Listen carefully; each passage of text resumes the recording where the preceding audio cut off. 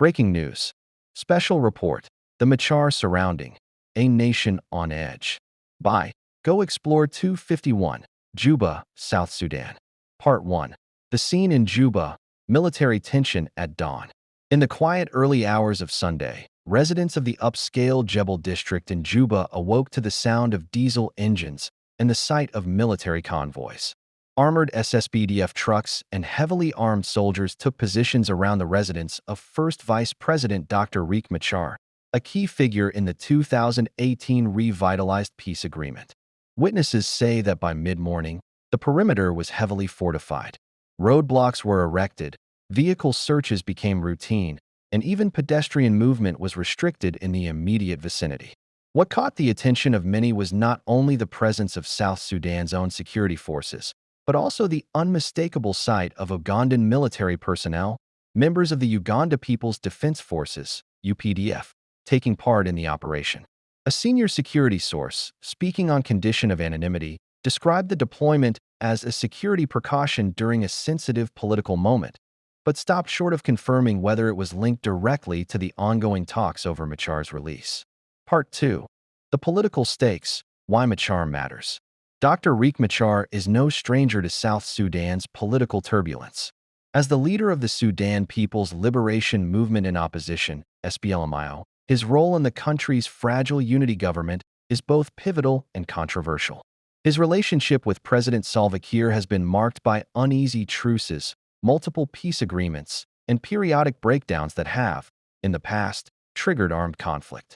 Since late 2024, Machar has been under what many describe as political house arrest, restricted from travel and public political engagement. His allies claim the measures are unlawful and intended to weaken the SPLMIO ahead of the 2025 transitional period milestones, including security sector reforms and the long-delayed general elections. International pressure to secure Machar's release has intensified in recent months. The African Union, IGAD, the United Nations, the European Union, and influential states such as the United States, Norway, Japan, and Germany have publicly urged Kiir's administration to restore Machar's full political freedoms, warning that his exclusion could undermine the entire peace process. Part 3. The foreign factor. Uganda's shadow in South Sudan. As Dr. Riek Machar resident surrounded by military forces, both SSPDF and UPDF, security analysts note that the presence of UPDF troops in this sensitive operation could be intended to deter any armed backlash from Machar's supporters, especially elements of the SPLA-IO still active in Greater Upper Nile and parts of Equatoria. However, it also risks being perceived as an external endorsement of Machar's continued restrictions. Part 4. The peace deal in peril. What's at risk? The 2018 revitalized agreement on the resolution of the conflict in South Sudan, RARCSS, was designed to end years of civil war by creating a power-sharing arrangement between rival leaders and unifying their armed forces under a single command. Yet, more than 6 years later, key provisions remain unfulfilled. The unification of forces is incomplete, constitutional reforms are stalled, and elections, repeatedly postponed, are now slated for late 2025 or early 2026. Observers warn that if Machar is sidelined or released under conditions that weaken his political influence, SPLM-IO hardliners could withdraw from the agreement, potentially reigniting violence. A Juba-based diplomat put it bluntly, "The peace deal without Machar is like a table with one leg missing. It won't stand." Part 3. The road ahead. Pressure, negotiations, and uncertainty. According to diplomatic sources, an AU-IGAD delegation is expected in Juba in the coming days to meet with President Kiir and Machar directly. The mission's goal will be to secure an unconditional release and ironclad guarantees for Machar's safety and political participation. Civil society leaders are calling for calm and transparency, urging the government to avoid any actions that could be seen as intimidation or coercion. For ordinary South Sudanese, the situation is a painful reminder that peace remains fragile. Markets in Juba were unusually subdued on Sunday, with many residents fearful that political tensions could spill into the streets. As the world watches, the question remains, Is this show of force around Machar's residence a prelude to freedom or a warning that the path to peace is narrowing? Special Report: The Machar Surrounding, a Nation on Edge. By Go Explore 251, Juba, South Sudan. Part 1. The Scene in Juba, Military Tension at Dawn. In the quiet early hours of Sunday, residents of the upscale Jebel district in Juba awoke to the sound of diesel engines and the sight of military convoys. Armored SSPDF trucks and heavily armed soldiers took positions around the residence of First Vice President Dr. Riek Machar, a key figure in the 2018 revitalized peace agreement. Witnesses say that by mid-morning the perimeter was heavily fortified. Roadblocks were erected, vehicle searches became routine, and even pedestrian movement was restricted in the immediate vicinity. What caught the attention of many was not only the presence of South Sudan's own security forces, but also the unmistakable sight of Ugandan military personnel, members of the Uganda People's Defense Forces, UPDF, taking part in the operation.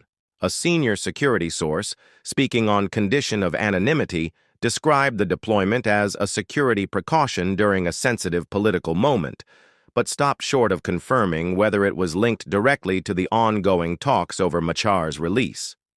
Part 2. The Political Stakes. Why Machar Matters. Dr. Riek Machar is no stranger to South Sudan's political turbulence. As the leader of the Sudan People's Liberation Movement in Opposition, SPLM-IO, his role in the country's fragile unity government is both pivotal and controversial. His relationship with President Salva Kiir has been marked by uneasy truces, multiple peace agreements, and periodic breakdowns that have, in the past, triggered armed conflict. Since late 2024, Machar has been under what many describe as political house arrest, restricted from travel and public political engagement. His allies claim the measures are unlawful and intended to weaken the SPLM-IO ahead of the 2025 transitional period milestones, including security sector reforms and the long-delayed general elections. International pressure to secure Machar's release has intensified in recent months. The African Union, IG-80, the United Nations, the European Union, and influential states such as the United States, Norway, Japan, and Germany have publicly urged Kiir's administration to restore Machar's full political freedoms, warning that his exclusion could undermine the entire peace process.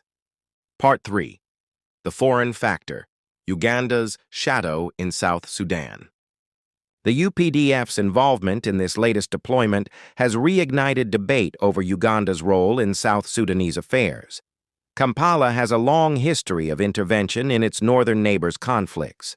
In 2013, at the outbreak of South Sudan's civil war, Ugandan troops entered the country to back Kiir's government against Machar's forces, tipping the balance in critical battles. While Uganda often frames its involvement as a stabilizing force aimed at protecting trade corridors and preventing cross-border insecurity, critics argue that its actions are politically motivated and deepen South Sudan's factional divides. Security analysts note that the presence of UPDF troops in this sensitive operation could be intended to deter any armed backlash from Machar's supporters, especially elements of the SPLA-IO still active in Greater Upper Nile and parts of Equatoria.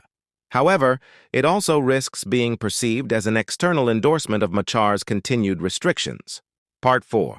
The Peace Deal in Peril: What's at Risk?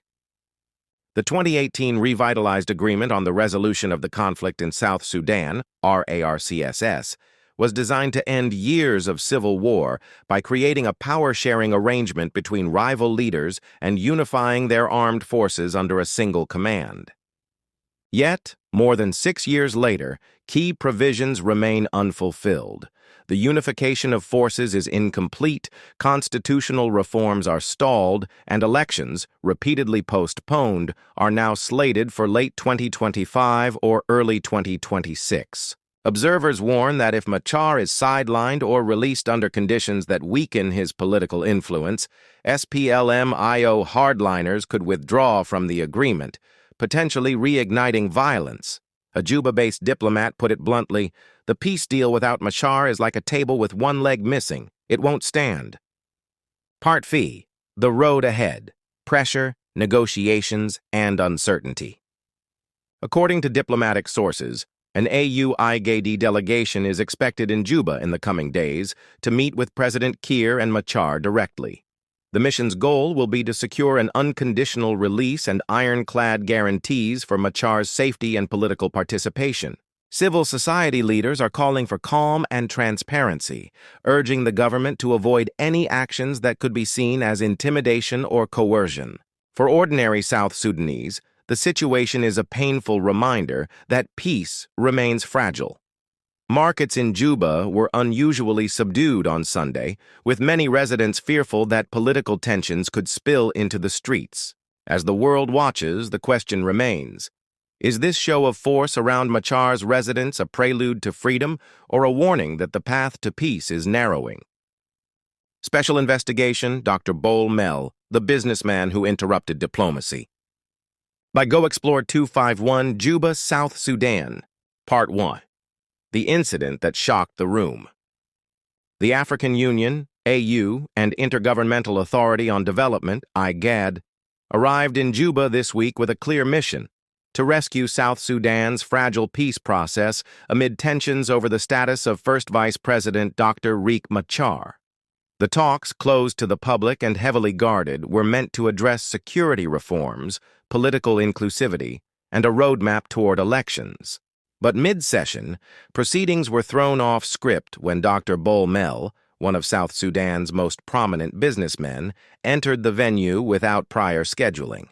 Witnesses say Bol Mel engaged directly with top delegates, voicing grievances over foreign investment policies, oil revenue management, and what he described as economic injustices threatening national stability. For 15-20 minutes, the high-level meeting stalled. Diplomats appeared surprised, some visibly uneasy, as Bol Mel pressed his points. The session eventually resumed, but the disruption left questions about how one man could breach such a tightly controlled diplomatic environment. Part 2. Who is Dr. Bol Mel? Dr. Bol Mel is no ordinary businessman. Often referred to in Juba's political circles as a power broker in a suit, he is the head of multiple conglomerates involved in construction, logistics, and oil services. His close connections to both political leaders and military figures have positioned him as an influential intermediary between government, investors, and international partners. Born in Unity State, Bol Mel rose to prominence during South Sudan's early independence years, securing high-value government contracts, particularly in infrastructure and oil sector supply chains. His critics accuse him of leveraging political ties for economic gain, while his supporters see him as a nationalist entrepreneur willing to invest in risky, high-need projects. Part 3. Economic clout and political ties. In a country where politics and business are deeply intertwined, Bol Mel has managed to navigate alliances across factional lines, including periods of cooperation with both President Salva Kiir and senior SPLM-IO figures. His companies have been linked to multi-million-dollar state projects, some of which have drawn scrutiny from international auditors for lack of transparency.